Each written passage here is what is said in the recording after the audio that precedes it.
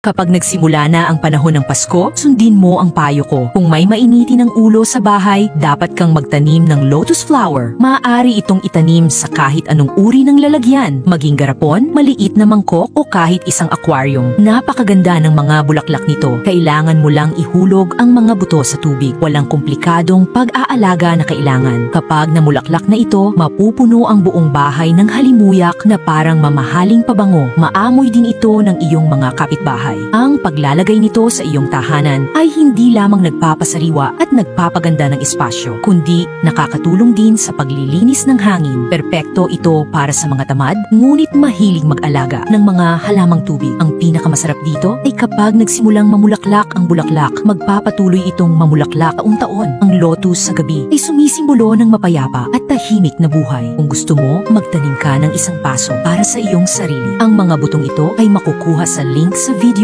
at maaari mo na silang i-order ngayon.